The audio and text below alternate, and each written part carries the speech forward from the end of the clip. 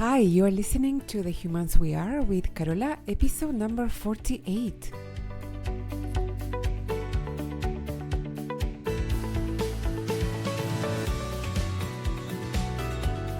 Hello, my beloved humans. I hope you're doing amazing today, wherever and whenever you are listening. Today's topic has recently judged for me. You know, when things make sense to you intellectually and you are fully behind the ideas and the concepts, but then something happens and you really get it. And when I say something happens, I don't necessarily mean that there's a specific event that happens. It could be just a subtle sense of knowing, like the wisdom dropped and you feel it more integrated with you, with who you are, and it's easy for you to believe and see things in the new way. In my own personal life and in my line of work, the idea of reaching for happiness has always been present.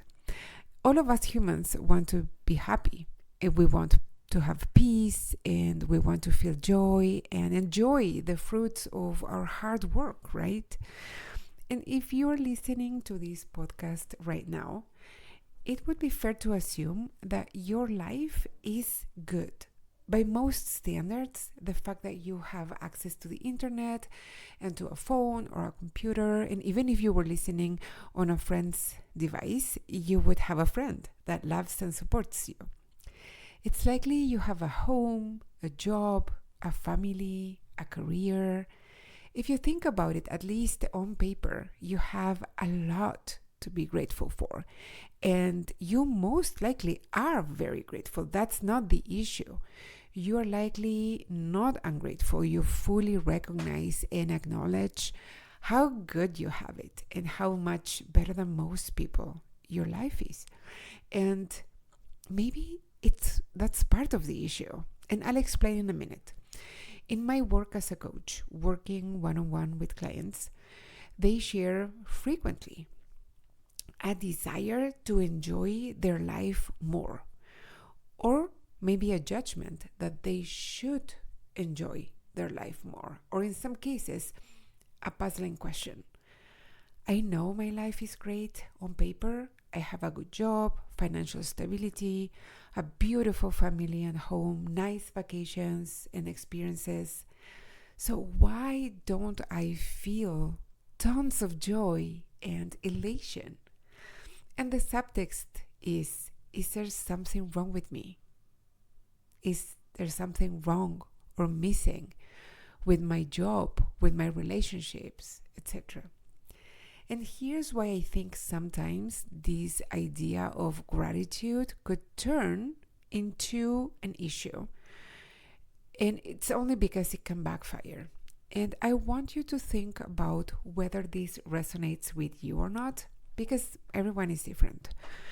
But for many professional women like you, with a great career, financial success, recognition from peers, and just what we would call a lot of success in life, when you find yourself in a place where, despite all the external success, you feel a sense of emptiness. You feel lost, confused. You're longing for more. You find yourself longing to feel inside how others perceive you from the outside. Longing for an inner feeling of having gotten there, and an inner feeling of peace, of happiness and joy. You're longing for a sense of not having to strive so hard anymore. If you share these thoughts and feelings with anyone, one of the first things that you will hear is that you need to practice gratitude. Just start with gratitude. And in full honesty, you may have even heard that from me. And if you did, I deeply apologize. As I said at the top, this is something that just recently dropped for me, and I was able to see the situation slightly different, but that slight difference makes a huge difference. So please bear with me. I am not doing a 180 on gratitude. I fully believe that it's a crucial component of well-being and of a life worth living. The problem, as I see it now, is the assumption that you weren't grateful already to begin with. I want to fully acknowledge that most certainly, most of you are already grateful. You fully recognize how blessed your life is. That's not the problem. It's that you feel constantly stressed and you are constantly chasing and at maximum capacity. Time on your calendar is fully spoken for to where there's little to no time for you. You constantly feel like there's no time left for you to rest.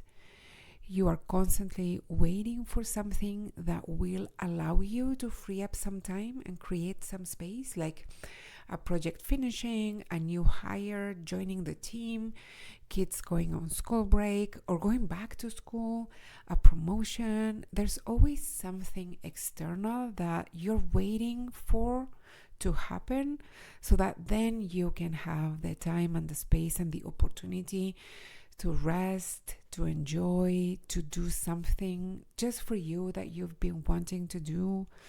You feel that there are too many demands on you. You feel tired, exhausted, and at the end of your rope, more often than not, you feel like your nervous system is constantly on fight or flight, in a constant state of sympathetic activation. You may notice that you're growing resentful because nobody seems to care about you and your well-being as long as they get what they want or need from you. So when you feel brave enough to be vulnerable and share with someone how you are feeling, and they suggest that you start practicing gratitude, it can feel really defeating, and you may feel like you're not really seen. And worst case scenario, there's a part of you that might use it against yourself and judge you for, quote unquote, not being more grateful. And gratitude is amazing. It's so good. But you might need something else first or at the same time. So imagine you have appendicitis and it hurts and it feels really bad. You feel like you want to vomit, you're feverish, you just don't feel good in your body. Now, the rest of your body, except for the appendix, is okay. You have all your limbs, your brain is functioning well, your eyesight is good, your hearing is good. Like all the other parts of your body are functioning correctly. But you can't really enjoy your body because you're in pain. You have fever. You may be constipated, or the opposite. You don't have any desire to eat. On paper, your body is mostly good. But you don't tell yourself that you should be able to enjoy it just because most of it is functioning correctly. In a case like this, it is super obvious that just being grateful for all the parts of your body that are functioning well is not the solution to your problem. And who says that you are not grateful, right? You are probably very grateful that the appendix is the only part that is not functioning well or like doing well. So all the other parts of your body are okay. They don't hurt, but you need to take care of the infection and focus on that so that you can have the opportunity to enjoy everything else in your body. When it comes to our life, we tend to operate differently, but it works the same. The presence of quote unquote good things, of achievements, of great circumstances like a good job, a beautiful family, healthy finances, being confident in your skills, is not enough to be able to enjoy life. You need to also, and perhaps more importantly, make sure that there aren't any active infections present. Because if there are, that's going to take up all of your focus, and you're not going to be able to fully appreciate and enjoy all the other quote-unquote good things that you have going on. The presence of those good things alone doesn't make for a life worth living. Not if you don't have a baseline life condition that is free from infection so that you can enjoy said good things. You need a life where you can function well, where your nervous system has the opportunity to find regulation after getting activated, where there's space for calm, peace, happiness, and joy to flourish.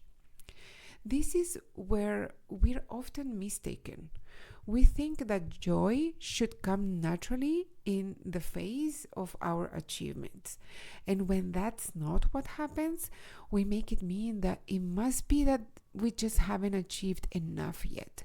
And we need to achieve more to surpass the threshold that triggers happiness, joy, satisfaction, and fulfillment. When we follow that path, we may unknowingly be steering farther away from the path we want to be on.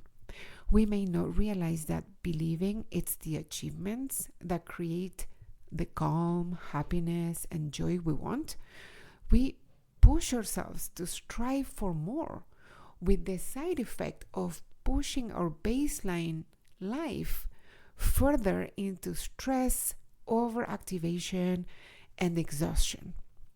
And sadly, then we ask, why can't I enjoy this life that I am working so hard to create? Going back to the appendicitis analogy, it may be more accessible to enjoy life when there's no infections and no achievements than it would be to enjoy a life full of achievement and a persistent active infection. In some cases, the active pursuit of achievements in the hopes that they will create enjoyment and happiness may be the cause of the infection. Like if you're overworking yourself and don't have boundaries, and if you do everything and beyond for your kids, and there's no time left for you, that might be perpetuating the infection that makes it unavailable for you to enjoy your life. I may have taken this analogy too far, so please tell me if this resonates with you. Will you? Okay, that's it for this episode. If you're a returning listener, thank you so much for coming back for yet another episode of The Humans We Are. And if you are new to the show, welcome. I hope you enjoyed this one and it gave you something to reflect upon. My hope is that as you listen to this show, you will find a more loving and understanding way of relating to yourself, so you can truly appreciate where you are and who you are. And if you want to make changes, you can make them in a way that you're coming from self-love and self-compassion and not from self-judgment and self-rejection. If you'd like to move in that direction, I assure you it's life-changing. Clients have said that they feel so much happier, freer, more confident, and empowered after working together. You will not regret it. If you're curious, I invite you to a free consult that you can book at carolafuertes.com/consult. And if you have a desire to understand yourself better, to stop being your own harshest critic, and you want to start making decisions in your life from unconditional love and not from fear, I assure you that I can help. In that consult, we will talk about where you are, where you want to go, and what it would look like to go together. But I want to tell you right up front that it's a zero pressure conversation. If it makes sense to talk about working together, we'll take it from there, and it's your call. And if you're not ready to jump on that call yet, but you want to support the show, rating and reviews are always the best way. And of course, helping me spread the word by sharing this episode with a friend that you know might like it.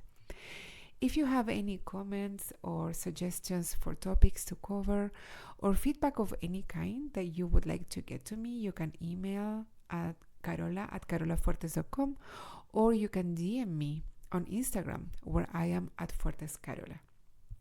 Okay, I will be back soon. In the meantime, think about what your appendicitis might be and how can you relieve that infection, even if it's just a little bit, so that you can have the bandwidth to enjoy all the amazingness that is already present in your life. That's all for now, my friends. Bye-bye.